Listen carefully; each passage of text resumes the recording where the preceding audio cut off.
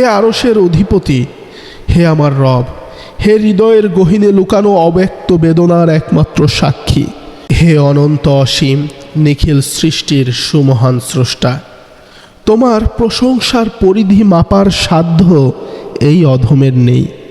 সৃষ্টির প্রতিটি ধূলিকণা, বাতাসের প্রতিটি স্পন্দন আর আকাশের প্রতিটি নক্ষত্র তোমারই নিরন্তর শ্রুতিগানে মগ্ন।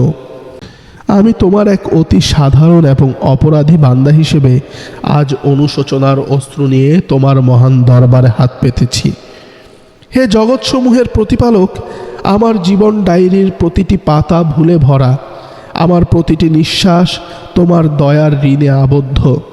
আমি জানি পাপের কালো মেঘে আমার আত্মিক আকাশ ঢাকা পড়ে গেছে, কিন্তু তোমার ক্ষমার সূর্য সেই মেঘ ভেদ করার জন্য যথেষ্ট। তোমার নূরের আভায় আলোকিত এই ত্রিভুবন, আমার প্রতিটি শ্বাস প্রশ্বাস কেবল তোমারই করুণার দান, আর আমার এই অস্তিত্ব তোমারই মহিমার এক ক্ষুদ্র প্রতিচ্ছবি মাত্র। হে পরম প্রেমময় প্রভু, তোমার প্রেমের এক বিন্দু সুধা যে পান করেছে, পার্থিব সকল মোহ তার কাছে তুচ্ছ হয়ে গেছে। আমার এই তৃষিত ও রিক্ত আত্মায় তোমার প্রেমের অমীয় ধারা বর্ষণ করো। দুনিয়ার এই মায়াময় গোলক ধাঁধায় আমার হৃদয় যেন কেবল তোমার এই প্রেমে স্পন্দিত হয়। আমার সকল জাগতিক আকাঙ্ক্ষা যেন তোমার নৈকট্য লাভের তৃষ্ণায় বিলীন হয়ে যায়। তুমি ছাড়া আমার এই শূন্য হৃদয়ের আর কোনো আশ্রয় নেই। হে অন্তর্যামী, হে রহমান, হে রহিম, আমি বড় দুর্বল, বড় পথভ্রান্ত। পৃথিবীর মায়াপাশে আবদ্ধ হয়ে প্রবৃত্তির তাড়নায় আমি নিজের আত্মার উপর অনেক অবিচার করেছি।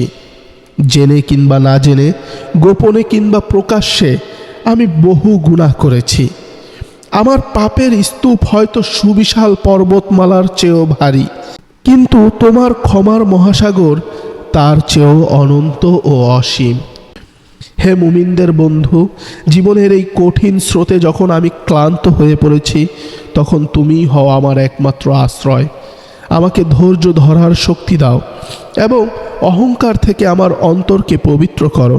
হে মহান অভিভাবক, আমার পরিবার, প্রিয়জন এবং এই সুন্দর পৃথিবীর প্রতিটি প্রান্তকে তোমার রহমতের চাদরে ঢেকে রাখো। আমার প্রতিটি কদম যেন তোমার সন্তুষ্টির পথে পরিচালিত হয় এবং আমাদের প্রতিটি কর্ম যেন তোমার মহান নামের মহিমা প্রচার করে। মৃত্যুর সেই অমোঘ মুহূর্তে আমার জিহ্বায় তোমার পবিত্র নাম জারি রেখো এবং পরকালের সেই দীর্ঘ সফরে তোমার প্রিয় নবী সাল্লাল্লাহু আলাইহি ওয়াসাল্লামের শাফায়াত আর তোমার দিদার লাভের সৌভাগ্য নসিব করো। নিশ্চয়ই তুমি প্রার্থনা কবুলকারী এবং সর্বোত্তম সাহায্যকারী।